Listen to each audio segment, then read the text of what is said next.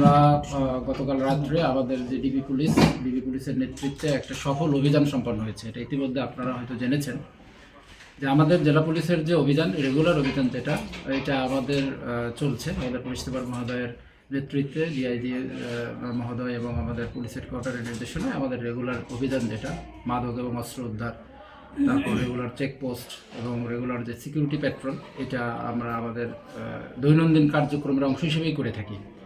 তো সেরকমই গতকাল আমাদের মাদক উদ্ধার এবং অস্ত্র উদ্ধার যে অভিযানের যে একটা টিম, সেই টিম তারা খবর পায় যে ভান্ডারিয়া থানা এলাকায় একজনের কাছে অস্ত্র আছে, যে তার নাম হলো মোহাম্মদ আলিম খান।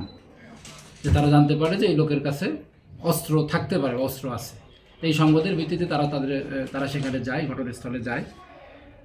তো ঘটনাস্থলে গিয়ে ওই লোককে পায়। প্রাথমিকভাবে পুলিশের উপস্থিতি টের পেয়ে ওই লোকটা দৌড়ে পালানোর চেষ্টা করে।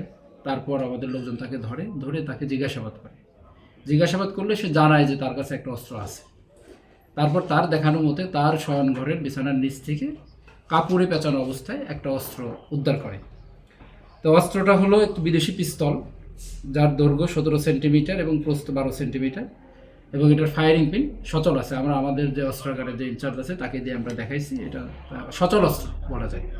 এবং এটার সাথে একটা ম্যাগাজিন ছিল, ম্যাগাজিনটা ভিতরে লোড করা ছিল, লোডেড ম্যাগাজিন, এবং এটার ম্যাগাজিনে 5 রাউন্ড গুলি পাওয়া গেছে।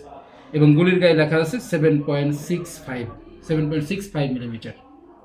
ঠিক আছে, এইটুকুই ছিল আমাদের যে অভিযানের যে বিষয় সেটা। এবং